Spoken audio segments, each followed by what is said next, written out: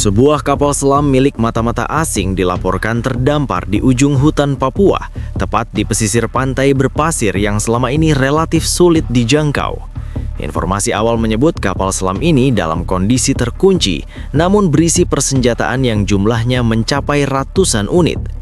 Kejadian ini langsung menarik perhatian aparat TNI yang mengirim tim investigasi khusus untuk memastikan situasi di lapangan dan mencegah potensi penyebaran senjata ilegal di wilayah Papua. Dalam laporan awal yang diterima, tim TNI menghadapi kondisi medan yang ekstrim.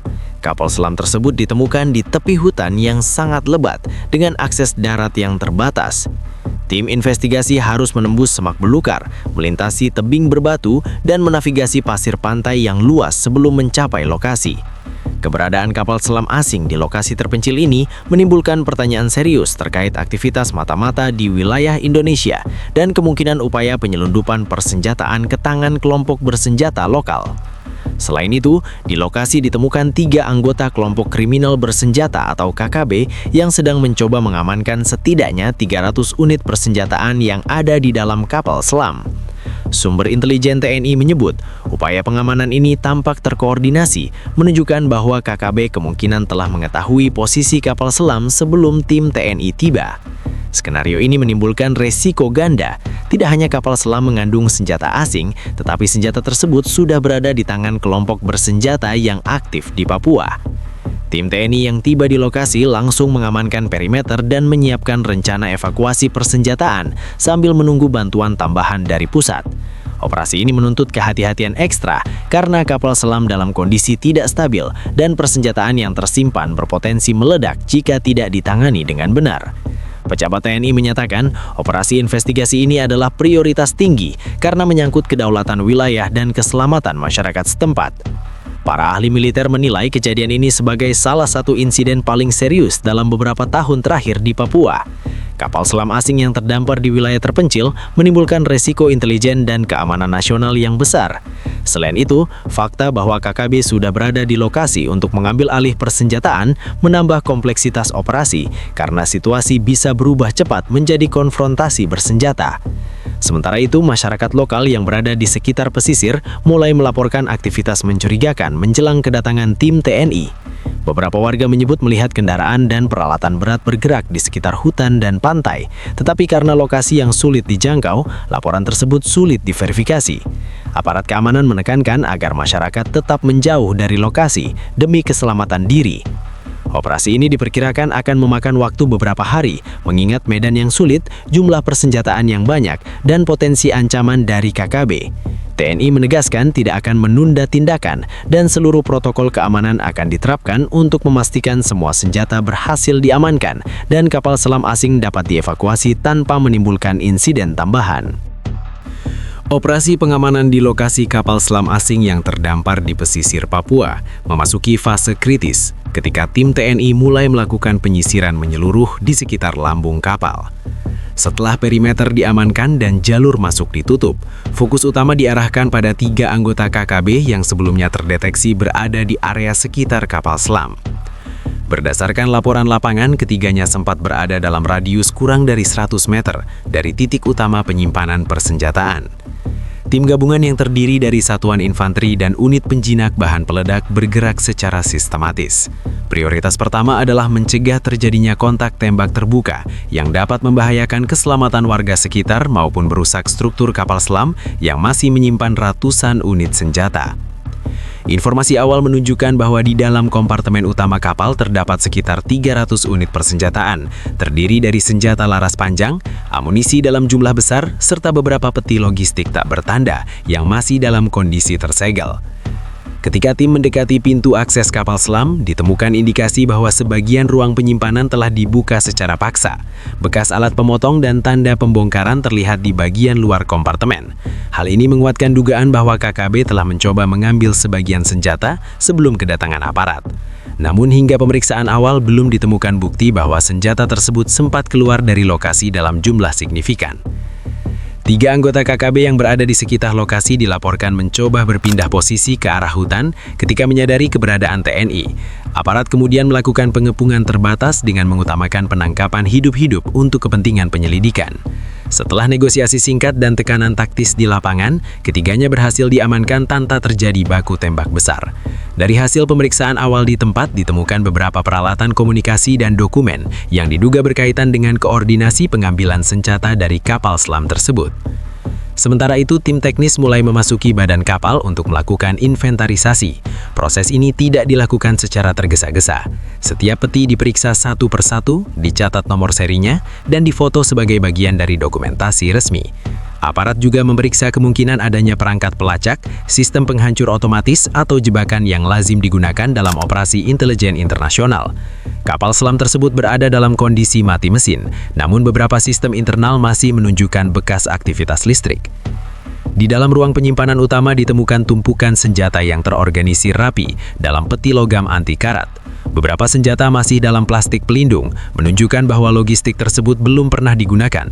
Jumlah amunisi yang ditemukan juga dinilai cukup untuk mendukung operasi bersenjata dalam skala besar dan jangka panjang. Temuan ini memperkuat dugaan bahwa kapal selam tersebut memang dimaksudkan sebagai jalur distribusi senjata ilegal. Proses evakuasi dilakukan bertahap. TNI mengerahkan kendaraan angkut khusus melalui jalur darat yang sebelumnya dibuka menggunakan alat berat ringan. Karena lokasi berada di ujung hutan dan pesisir berpasir, pengangkutan dilakukan dengan pengamanan berlapis untuk mencegah sabotase atau upaya penyergapan. Setiap kotak senjata disegel ulang dan diberi tanda bukti untuk kepentingan forensik militer. Memasuki hari kedua operasi, fokus TNI tidak lagi hanya pada pengamanan fisik kapal selam dan ratusan persenjataan yang ditemukan di dalamnya, tetapi juga pada penelusuran menyeluruh terhadap asal-usul kapal selam tersebut. Tim investigasi gabungan mulai bekerja secara paralel. Satu tim melakukan pembongkaran teknis pada badan kapal, sementara tim lain mendalami data intelijen dan hasil interogasi awal terhadap 3 anggota KKB yang telah diamankan. Pemeriksaan awal terhadap struktur kapal menunjukkan bahwa kapal selam tersebut bukan tipe konvensional militer aktif yang digunakan dalam operasi tempur reguler. Beberapa bagian lambung terlihat telah dimodifikasi, termasuk ruang kargo yang diperluas untuk menampung logistik dalam jumlah besar. Modifikasi ini mengindikasikan bahwa kapal kemungkinan dirancang atau diubah khusus untuk misi penyelundupan, bukan patroli militer biasa. Nomor seri dan identitas manufaktur di beberapa komponen utama sengaja dihapus atau dirusak, menyulitkan proses pelacakan langsung terhadap negara asalnya. Tim teknis menemukan sistem navigasi canggih yang masih utuh, meskipun kapal dalam kondisi mati mesin. Data yang tersimpan di perangkat navigasi sedang dianalisis untuk mengetahui jalur pelayaran terakhir sebelum kapal terdampar. Indikasi awal menunjukkan kapal sempat berada di perairan internasional dalam waktu yang cukup lama sebelum mendekati wilayah Papua. Jalur yang digunakan diduga memanfaatkan area laut yang jarang dipantau secara intensif. Sementara itu, dari hasil interogasi awal, 3 anggota KKB mengakui bahwa mereka menerima informasi tentang keberadaan kapal selam tersebut dari pihak yang belum diidentifikasi. Informasi tersebut dikirim melalui saluran komunikasi terenkripsi beberapa hari sebelum kapal ditemukan terdampar. Mereka mengaku diperintahkan untuk mengamankan isi kapal dan memindahkannya secara bertahap ke titik penyimpanan di pedalaman hutan. Aparat kini berupaya menelusuri sumber komunikasi tersebut untuk mengungkap siapa yang berada di balik koordinasi itu. Proses inventarisasi persenjataan juga memasuki tahap lanjutan. Setiap senjata diperiksa kondisi teknisnya, termasuk nomor seri yang masih dapat diidentifikasi. Beberapa unit senjata diketahui berasal dari produksi luar negeri, sementara sebagian lainnya tidak memiliki penanda resmi. Hal ini memperkuat dugaan adanya jaringan distribusi senjata ilegal lintas negara. Selain senjata laras panjang dan amunisi, ditemukan pula perlengkapan pendukung seperti alat bidik optik, perlengkapan komunikasi taktis, dan perlindungan balistik. TNI juga mengerahkan tim forensik untuk memeriksa kemungkinan adanya bahan peledak atau perangkat elektronik tersembunyi di dalam kapal. Pemeriksaan dilakukan secara hati-hati untuk menghindari resiko peledakan atau sabotase jarak jauh. Sejumlah kabel dan modul elektronik ditemukan terhubung ke panel kontrol yang telah dinonaktifkan, menimbulkan dugaan bahwa kapal sempat dioperasikan hingga menit-menit terakhir sebelum ditinggalkan. Di sisi lain, patroli laut diperluas untuk memastikan tidak ada kapal pendukung lain yang berada di sekitar wilayah tersebut. Aparat khawatir kapal selam itu bukan satu-satunya alat yang digunakan dalam operasi ini. Pengawasan udara juga ditingkatkan guna memantau kemungkinan pergerakan mencurigakan di sepanjang garis pantai Papua yang luas dan sulit dijangkau. Pihak militer menyatakan bahwa investigasi akan melibatkan koordinasi dengan lembaga intelijen nasional untuk mengidentifikasi kemungkinan keterlibatan aktor asing. Dugaan bahwa kapal selam tersebut merupakan bagian dari operasi mata-mata tidak lagi dianggap sebagai spekulasi semata, melainkan hipotesis yang sedang diuji melalui pengumpulan bukti teknis dan digital. Data dari sistem navigasi, perangkat komunikasi, dan komponen mesin akan dikirim ke laboratorium analisis untuk diteliti lebih lanjut. Memasuki hari keempat sejak penemuan kapal selam asing di pesisir Papua, fokus penanganan bergeser dari tahap reaktif menjadi langkah strategis jangka menengah dan panjang.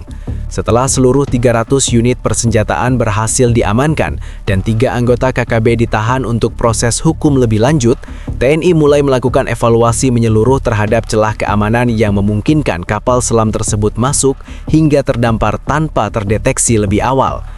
Evaluasi pertama dilakukan terhadap sistem pengawasan laut di wilayah timur Indonesia. Aparat menelusuri rekaman radar maritim, data patroli rutin, serta laporan lalu lintas kapal dalam beberapa minggu terakhir. Dugaan sementara menunjukkan bahwa kapal selam tersebut kemungkinan memanfaatkan jalur laut dalam yang jarang dilalui kapal komersial dan berada di luar rute pelayaran utama. Kondisi geografis Papua yang memiliki garis pantai panjang dan banyak teluk terpencil menjadi tantangan tersendiri dalam sistem deteksi dini. TNI Angkatan Laut meningkatkan intensitas patroli di perairan sekitar Papua dengan menambah frekuensi pengawasan dan menempatkan kapal patroli tambahan di sejumlah titik strategis. Selain itu, pengawasan udara melalui pesawat intai maritim dan drone juga diperkuat. Langkah ini bertujuan memastikan tidak ada lagi pergerakan mencurigakan di wilayah laut yang sama dalam waktu dekat. Di sisi darat, aparat memperluas operasi pengamanan di sekitar hutan tempat kapal selam ditemukan. Beberapa jalur yang diduga menjadi akses keluar masuk logistik kini diawasi secara permanen. TNI bekerjasama dengan aparat kepolisian setempat untuk melakukan pemetaan wilayah rawan serta memperbaharui data intelijen mengenai pergerakan kelompok bersenjata di Papua. Penyelidikan terhadap asal-usul kapal selam terus berjalan. Tim teknis telah mengumpulkan komponen mesin, sistem navigasi, serta modul komunikasi untuk dianalisis lebih lanjut. Hasil sementara menunjukkan bahwa sebagian teknologi di dalam kapal bukan berasal dari satu sumber tunggal, melainkan kombinasi beberapa produsen berbeda. Hal ini memperkuat dugaan adanya jaringan internasional yang terlibat dalam penyediaan dan modifikasi kapal tersebut. Pemerintah pusat juga mulai melakukan koordinasi lintas kementerian untuk menilai implikasi diplomatik dari insiden ini. Jika terbukti ada keterlibatan aktor asing, langkah diplomatik dan hukum internasional akan dipertimbangkan. Namun hingga seluruh bukti diverifikasi, aparat menegaskan bahwa fokus utama tetap pada pengamanan internal dan stabilitas wilayah. Dari sisi keamanan lokal, aparat memastikan bahwa situasi masyarakat di sekitar lokasi tetap terkendali. Aktivitas warga di pesisir telah kembali berjalan normal dengan pengawasan terbatas. Pemerintah daerah berkoordinasi dengan aparat keamanan untuk memberikan sosialisasi kepada warga agar segera melaporkan setiap aktivitas mencurigakan di wilayah pesisir maupun hutan terpencil. 3 anggota KKB yang ditangkap kini menjalani pemeriksaan intensif. Penyidik mendalami jalur komunikasi yang mereka gunakan, termasuk perangkat elektronik yang diamankan saat penangkapan. Aparat berupaya mengidentifikasi kemungkinan adanya jaringan penerima senjata lain yang belum terungkap.